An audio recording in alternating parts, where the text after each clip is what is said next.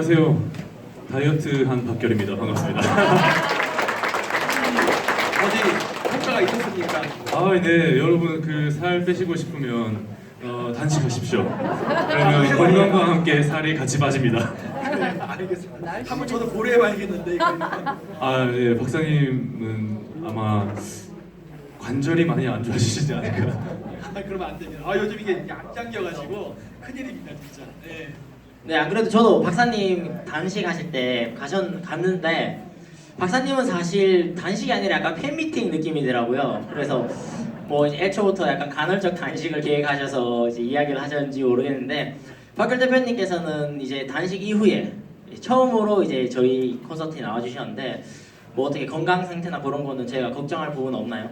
아, 네. 우선 여러분들 뭐 지겹지 않으세요? 혹시 너무 오래돼서 저는 한 3분만 하고 내려갈까 그렇게 생각하고 있었는데 괜찮으세요? 네.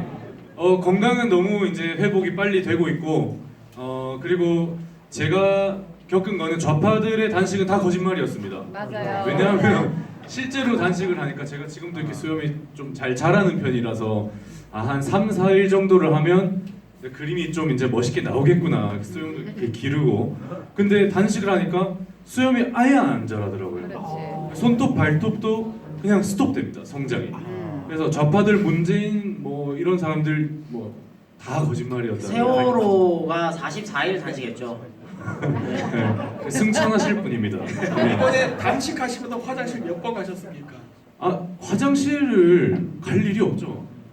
왜냐면 좌파들 단식하면 화장실을 하도 들락날락 뭐가 나올 게 있나 그렇게. 그리고 제가 단식할 때는 그 옆에 백은종이라고 그 서울의 소리 그 팀이 있었어요. 그래서 제가 한 번씩 화장실 가면 따라오더라고요. 뭐 하나 먹나? 뭐 먹나 안 먹나 자기나 똑바로 좀 관리를 해야지 이런 생각이 있었습니다. 자기들이 생각하는 대로 타인도 그렇게 할 거라고 생각을 하기 네, 때문에 맞아요. 그렇게 역시 행동을 전체주의자들답습니다. 네. 근데 이번에 그 오늘 집회에서 연설하고 오셨지 않습니까? 아, 예. 네, 어떻게 많은 사람들이 왔습니까? 네, 우선 아까 저기 안쪽에서 갑자기 제 목소리가 나오길래 굉장히 많이 당황했습니다. 내가 또 도플갱어가 왔나. 근데 오늘 이제 광화문에 진짜 많은 사람이 모였고 실제로 이제 우리 그 반중친미 식구들도 조금 놀라셨을 거예요. 왜 갑자기 한국당 집회를 가서 저렇게 하나 그랬는데 제가 결국 할 수 있는 일은 최대한 많은 사람이 모이는 곳에 가서 이 공수처라든지 이런 우리의 지금 안보를 위협하고 있는 실체가 중국이라는 것을 알리는 게 중요하다고 생각했습니다. 그래서 거기에 뭐 한국당 추산으로는 뭐 본인들 추산이니까 20만이라고 하는데 그 앞에서 이제 공수처가 결국에 중국의 공안이고 문재인은 중국의 공안을 따라서 우리나라를 만든다는 것이다. 이거를 이제 설파를 하고 왔기 때문에 저는 좀 행복한 하루였습니다. 그러니까 얘기했듯이 그 반중친미 어젠다를 저희끼리만 하려고 하면은 저희가 물론 확장은 하고 있으냐만 성장의 한계라는 게 있습니다. 이럴 때 제일 좋은 방법은 남의 동네 가서 떠드는 거예요. 네, 그래서 어떤 분들은 그럽니다. 뭐 김 박사가 됐든 뭐 우리 박결 대표님이 됐든 왜 갑자기 저쪽에 가서 하니까 변절하셨습니까? 뭐 초심을 잃었습니까? 한데 저희가 공작 왕입니다. 왜 저희가 하는 일에 토를 다시고 왜 저희가 하는 행동에 대해서 저희의 움직임의 방식에 대해서 지휘를 하려 하십니까? 그건 안 됩니다. 네, 저희가 그런데 가는 거는 그래야 확장성이 빠르기 때문이고 그리고 저희가 자신이 있기 때문인 겁니다. 그래서 저 같은 일개 유튜버가 거기 가서 되겠습니까? 거기는 어차피 정당의 모임 아닙니까? 그러니까 우리 당대표가 이런 분들이 가가지고 가서 비록 그쪽 사람들이 알고는 있으나 겁이 나서 혹은 용기가 없어서 아니면 아예 몰라서 말을 못하는 반중친미를 이렇게 이야기하면 되는 것이고 그리고 그 이야기를 통해서 국민들이 거기 청중들이 여러와 같은 반응을 보이게 되면은 결국 국회의원은 배지를 달기 위해서 일하는 거죠. 그러면 자기도 인기를 끌기 위해서 경쟁적으로 반중친미를 외치게 되는 겁니다. 네. 이런 것들을 박결 대표가 이번에 첫 단추를 잘 풀어줬다고 생각을 하고 앞으로도 그런 기회가 있어 우리 박결 대표가 계속 나가셔가지고 반중친미를 외쳐서 완전히 대세를 바꿔야 된다고 좀 봅니다. 네, 감사합니다. 오늘 조금 재밌었던 거는 이제 한국당 쪽에서 새벽당이라는 거 말하지 말아달라. 사전에 전화가 와서 조율을 할 때 그냥 박결 청년으로 하겠다 하길래 제가 네 알겠습니다 했어요. 그래서 제가 올라가자마자 안녕하십니까 새벽당 박결입니다. 바로 하니까 굉장히 당황하시더라고요. 그리고 또 두 번째로 당황했을 때는 이제 제가 올라가서 할 내용은 이제 청년들의 미래를 담보로 잡고 문재인 정권 뭐 이런저런 얘기를 하기로 했었는데 이 문재인 대통령은 중국 공산당의 공안을 가져오는 거고 우리는 중국에 따라가는 거는 대한민국 정통성 부정하는 거다 이러니까 거기 앉아있던 의원들이 살짝 당황하는 분명히 뜨끔하는 표정을 제가 봤습니다. 그래서 아 잘하고 왔구나 싶었습니다. 제가 그 K10백에서 강연을 할 때도 원래 강연 내용은 제가 그때 방송했던 내용이 아니었습니다. 당일날 바꿔버린 거예요. 네, 그래갖고 아예 사드 배치를 갖다 전격 제한을 하는 걸로 원고를 바꿔버렸거든요. 그러니까 지금 박결 대표도 똑같은 얘기를 한 겁니다. 네, 그래서 저희가 하는 이러한 작전은 여러분들에게 무엇 할 것이라는 것을 사전에 공지도 안 하고 저희가 어떻게 행동할지는 여러분이 모르셔도 됩니다. 하지만 저희는 늘 얘기했지 이 새벽당도 그 당령이 있죠. 네네. 그 당 강령에 따라서 움직이는 겁니다. 아마 박결 대표가 하는 모든 일들은 그 강령을 실천하기 위해서 하는 것입니다. 빨갱이처럼 목적은 수단을 신성하는 거기 때문에 우리가 뭐라도 거기에 대해서 순썩이라든지 뭐 이상 이런 말을 하지 말라는 겁니다. 이런 식으로 다 확실하게 결과를 보여주지 않습니까? 네. 이런 통수는 착한 통수인 것 같습니다. 저는 착한 통수는 없다라고 생각했는데 오늘 두 분이 각각 한 번씩 착한 통수를 한번 한 전적이 있으시네요. 네, 이게 이 남의 동네에서 떠들기가 더 효과가 있다고 생각하는 게 제가 또 4인 가족이니까 한국당 추상 20만 명이면 사실상 80만 명에게 이야기한 꼴이 아닌가 싶어요. 근데 또 박결 대표님이 제가 오늘 여기 오기 전에 영상을 찾아보니까 또 대학교, 부산대학교 같은 데서 투어를 해서 새벽당을 알리는 또 이런 활동도 많이 하셨던데 사실 요즘에 많은 청년들이 무당층이 더 많지 않습니까? 자유한국당도 싫고 그렇다고 민주당도 싫고 세냥 다 싫다 나는 무투표하겠다라는 이 상황 속에서 박결 대표님이 직접 현장에서 대학생들 만나고 하면서 어떤 분위기를 느끼셨나요? 우선 그 대학생들이 새로운 정당이라고 하면 굉장히 흥미를 가집니다. 그리고 자기보다 그렇게 나이가 지금은 좀 약간 들어 보이게 제가 지금 약간 단식 좀 티를 내느라고 약간 수염이 있지만 좀 자기보다 그렇게 나이가 많아 보이지 않는 사람이 친근하게 다가가니까 저희가 이제 뭐 반중진미 이렇게 다 적어서 갔거든요. 그거를 굉장히 꼼꼼하게 읽어봐요. 이게 지금 대한민국 정치인들이 착각하는 게 새로운 정당을 원하는 게 아닙니다. 지금 국민들이 새로운 정치인을 원하고 있는 거예요. 네, 그래서 그 대학생들도 저 사람이 신선하고 새로운 정치인이다. 그리고 친근하게 우리의 이야기를 대신한다라는 느낌을 가지면은 분명히 반응을 합니다. 그리고 지금 가장 반중의 기세가 세고 반중의 그 여론이 형성이 강한 구간이 10대, 20대들이에요. 그 친구들은 게임도 그렇고 일자리도 그렇고 게임하면서 중국한테 지는 거 진짜 싫어합니다. 뭐 롤이라든지 뭐 스타크래프트 하면서 그런 친구들이기 때문에 우리의 아젠다를 좀 더 확장시키면 분명히 한 번 이 폭발하는 순간이 올 거라는 것을 제가 대학교를 돌면서 이렇게 느꼈습니다.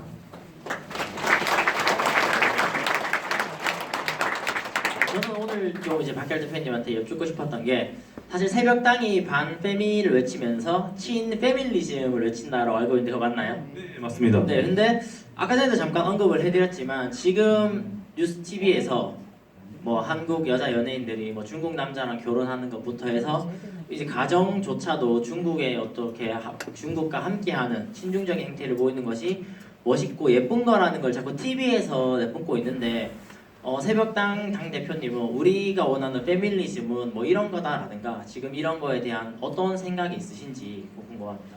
네, 우선 그 중국인들에 대한 환상을 심어준다는 거 굉장히 위험합니다. 실질적으로 중국인들이 대한민국 여성을 보는 그 시각 자체가 굉장히 순수하지 않아요.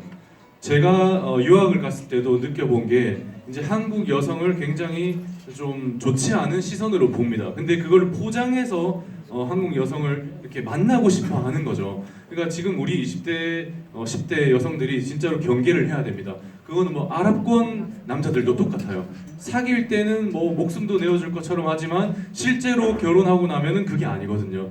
그리고 지금 우리나라가 박사님이 늘 주장하시는 거지만 우리의 인종, 그러니까 한국인으로서의 계속 자손을 번성하는 거를 놓치면 안 됩니다. 이 순간을 만약에 놓치고 우리가 다른 중국이라든지 이런 아랍 국가와 섞이게 된다면 우리의 인종 자체가 사라질 거예요. 그게 실제로 영국에서 지금 일어나고 있습니다. 영국인들이 거의 없어요. 런던에 가보면. 제가 런던에서 공부할 때도 제일 많이 본 게 아랍인들, 그 다음으로 많이 본 게 중국인들입니다. 그래서 영국에서 통계 결과를 냈는데 20년, 30년 뒤면 자연스럽게 백인은 사라진다라고 자기들이 추산을 하고 있어요. 왜냐하면 중국인들과 아랍인들은 영주권을 따고 시민권 딴 다음에 자녀들을 굉장히 많이 낳지 않습니까? 그래서 그게 우리나라에도 이어질 거기 때문에 우리는 이것을 반드시 막아야 되고 그걸 막을 수 있는 것은 문화운동입니다. 결국에. 그리고 지금 대한민국의 남녀 간의 갈등이 굉장히 많아요. 온라인에. 선배님들께서 잘 모르시겠지만 10대, 20대들은 온라인에서 맨날 남자 여자가 싸워요. 근데 이거를 저는 확신하는 것이 분명히 우리나라에서 그거를 주도하는 게 아닙니다. 남녀 갈등을 조장하는 세력은 저는 중국에 있다고 봐요. 그렇게 남녀 갈등을 부추긴 다음에 아까 말씀하셨던 것, 가스모님이 말씀하셨던 것처럼 중국 남자를 굉장히 미화해버리는 겁니다. 그래서 이거를 진짜 주의해야 되고 우리의 페미니즘은 진짜 한국이 코리아 퍼스트가 되기 위해서는 한국인들끼리의 만남을 장려해주고 그리고 한국인 청년들, 여성들이 잘 만날 수 있도록 분위기를 만들어줘야 된다고 저는 그렇게 보고 있습니다. 지금 대표님께서 인종이 없어지는 거 지금 영국은 현실이라고 했는데 제가 오늘 이 자리에 오면서 찾아본 뉴스 기사 중에 하나가 대한민국이 세계 최초로 영명대 출산율 0.8인가를 세계 최초로 찍었다고 하더라고요. 그 말은 세계에서 가장 아이를 안 낳는 나라가 결국엔 대한민국이 됐고 그 와중에 이제 중국 남자들이 들어오면 그 또 중국의 여러 가지 아까 광배님이 말씀하신 것들을 포함해서 인해 전술이 들어오면 우리나라가 중국에 먹히는 것은 점점점 가속화될 건데 실질적으로 있는 이 저출산 문제에 대해서 그럼 우리 공자광님께서는 어떤 공작을 하면 실질적으로 지금 박사님께서는 사실 뭐 아이가 없으시지만 남이지만 쌍둥이 아빠한테 물어봐야지 장강 간 사람한테 물어보면 어떻게 아 그럼 박현 대표님께서 네. 제가 항상 주장하는 건 그겁니다. 결혼을 안 한 사람들은 수평적으로 이제 그 우파를 늘려나갈 수 있지 않습니까? 뭐 여자친구를 만난다든지 그래서 우파에 우리의 이념을 전파하고 반중 친미를 전파하시면 됩니다. 박사님께서는. 아 그래요? 네, 그래서 하면 되는 거예요? 여성 그 친구분들을 많이 만드시면 됩니다. 아 결혼하지 말고? 결혼하기 전까지는. 근데 저는 이제 결혼을 했지 않습니까? 결혼한 사람은 그게 불가능하잖아요. 결혼한 사람은 수직적으로 이제 우파를 많이 만들면 됩니다. 그래서 저는 지금 쌍둥이를 낳고 있고 이제 셋째, 넷째를 만들어서 계속적으로 우리의 이념을 교육시키면 우리 우파가 점점 늘어나고 우리 반중친미 가족들이 점점 늘어나는 결과가 볼 수 되겠습니다. 이번 다음 코너가 아수라인 걸로 알고 있거든요. 근데 이거 전체적으로 얘기를 들어보니까 제가 하려는 그 국제결혼의 공작을 뭔가 막는 듯한 은혜 방문장을 남겨진 것 같습니다. 이거 중앙아시아가 날아가겠네 진짜. 네, 뭐 박현 대표님 셋째 넷째 나오면 제가 뭐 사회 보도록 하겠습니다. 감사합니다. 네 그리고 그러면 박사님께서 아까 전에 잠깐 국제 결혼을 막는다고 했는데 그럼 어떤 식으로 박사님이 생각하시는 거는 뭐 막힐 작전이겠지만 네 어떤 것 쪽에서는 일단 제일 좋은 거는 한국인끼리겠죠. 네, 정답은. 근데 이제 한국인끼리 결혼을 하기 위해서는 예전 방송에서 얘기했듯이 여자들은 보육원에 의무 복무를 하게 해서 직장 여성들이 그 자기가 회사를 다니면서 그 회사의 그 빈 층에다가 국가가 보육원을 만들면 거기서 복무하면 거기다 아이를 맡기고 일을 하고 퇴근할 때 데려가는 방식으로 하는 방식을 한다면 일단 한국인끼리 결혼을 해서 애를 낳아도 거기에 대한 그 돌보는 문제 없을 것이라 생각해서 예전에 얘기했습니다. 그게 1차 방안이에요. 한국인끼리의 얘기. 만약 그게 안 되는 경우도 있습니다. 왜냐하면 세계화가 됐기 때문에 국제 결혼도 일어납니다. 그러면 그때는 어떻게 해야 되느냐? 그 외국인들이 한국인이 되도록 만들어야 되는 거예요.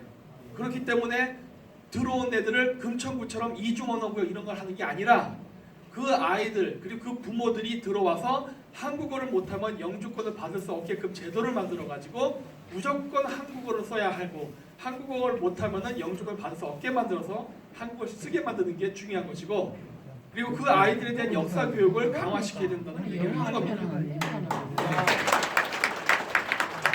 그래서 중국 사람과 결혼한 아이들이 그 혼혈 아이들이 고구려를 중국사라고 부른다던가 이런 말이 나와서는 절대 안 되는 거예요. 왜? 이미 결혼한 사람들은 존재하지 않습니까? 내쫓을 수는 없는 거예요. 그러면 그때 그런 교육을 해야 되는 것이고 또 한 가지 케이스는 되도록이면은 중국이 아닌 먼 지역에 있는 사람들을 데리고 오는 게 어떨까 하는 겁니다. 되도록이면 원래 여기 계신 여자분들은 싫어할 수 있지만은 처가는 멀면 멀수록 좋다는 속담이 있습니다. 멀리 있는 지역을 그래야 우리가 원하는 방식으로 가정이 이루어지고 우리가 원하는 방식으로 그래도 한국인 공동체는 유지가 될 수 있거든요. 그래서 그런 것 때문에 하는 것이고 이러한 과정을 통해서 우리가 이 세계화 속에서도 되도록이면 한국의 정체성과 한국인이라는 혈통을 유지할 수 있는 최소한의 방패막이는 만들어가면서 우리가 국제사회에서 무역을 해야 그나마 우리가 살아남을 수 있는 게 아닌가라는 생각을 하고 지금처럼 무분별한 이러한 개방은 저는 절대 안 된다고 봅니다. 그리고 지금 잠깐 궁금한 게 여기 기타가 놓여 있는데 아 네. 요 아까 박열 대표님이 이렇게 한번 디리링 해보시더라고요. 오늘 좀 안 하면 안 될까 싶은 생각이 드는데 네. 준비를 해오긴 했습니다. 예, 한곡 정도 콘서트인데 그래도 노래를 저번에 말씀드렸던 게 약속드렸던 게 이제 다음에는 기타를 치면서 하겠다 이랬는데 우리 그 공정왕님께서 그러면 당장 준비하라고 하셔가지고 네, 또 제가 준비를 한 곡 해봤습니다. 지금 뭐 바로 지금 하는 건가요?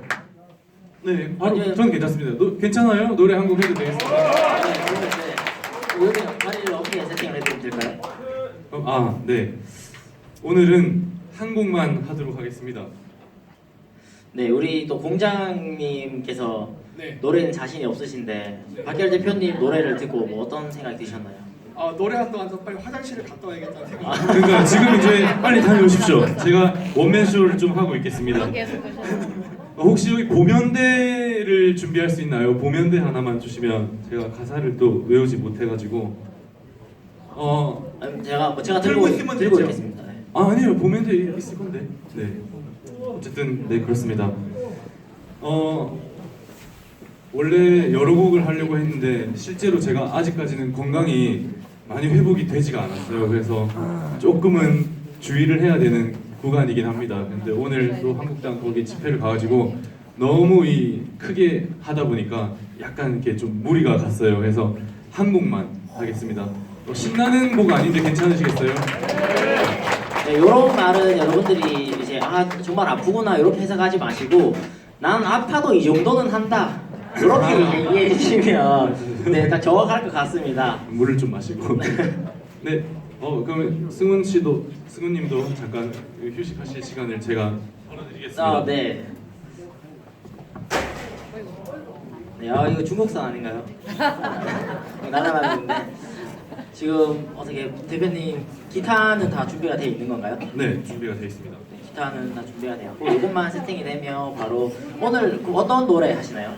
네, 저번에 이어서 이번에도 김광석 노래입니다. 제가 김광석 음악을 굉장히 좋아해요. 어릴 때부터 20대 때부터 되게 많이 좋아했었어요. 그래서 오늘 부를 노래는 그 너무 아픈 사랑은 사랑이 아니었음을이라는 노래 아시죠? 네.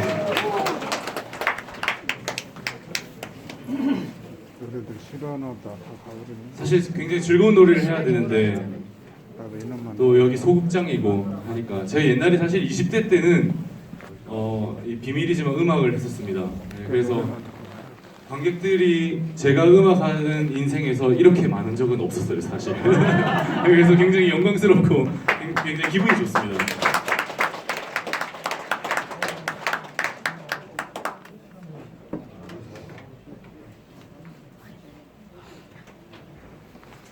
실제로 뭐 한 말씀만 드리고 하자면은 제일 관객이 많이 없었을 때가 몇 명인지 아세요 혹시?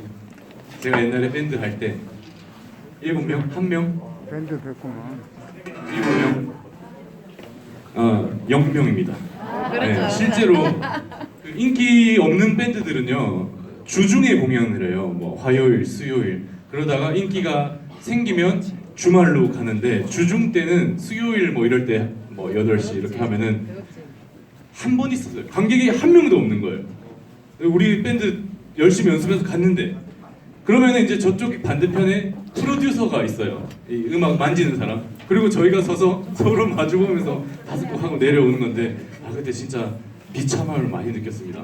그래서 오늘 이렇게 정말 많으신 분들이 꽉 채워주셔서 제 짧은 음악 인생 그 정말 배고팠던 시절을 보상받는 것 같아서 기분 좋습니다.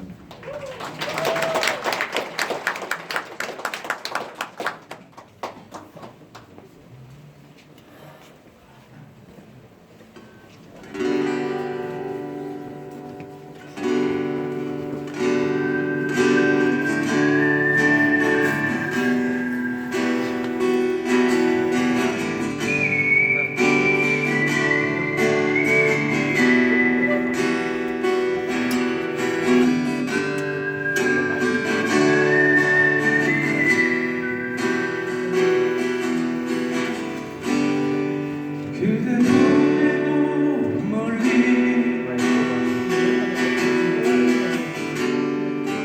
가는 세월 잡혀가네 그대 떠나 보내고 돌아와 술잔 왼쪽에 눈물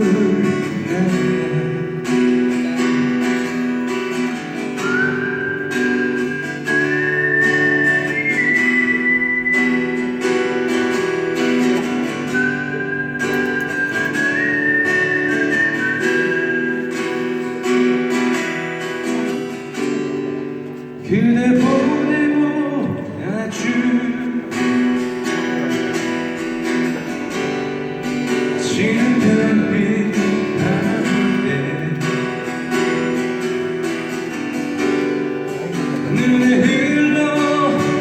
흘러내리는 못다한 말들 그 앞에서 지울 수 있을까 어느 하루 비하루 추억처럼 흩날리는 거리에서 쓸쓸한 사람을 고개 숙이는 그대의 목소리 너무 아픈 사랑은 사랑이 아니었으면 어느 하루 바람이 젖은 어깨 스치며 지나가고 내 지친 시간들이 창에 열리면 그대 미워져 너무 아픈 사랑은 사랑이 아니었으면 이제 우리 다시는 사랑으로 세상에 오지 말기 그립던 말들도 묻어버리기 못한 사랑